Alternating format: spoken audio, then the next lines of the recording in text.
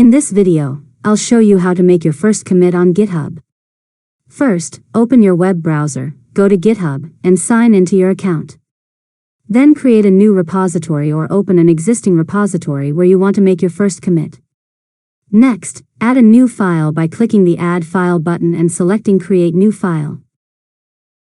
Enter a file name, such as readme.md, then add some content to the file. Now, scroll to the bottom of the page until you reach the Commit Changes section. Enter a short commit message that describes what you changed, such as Add README file. You can also add an optional extended description if you'd like to include more details.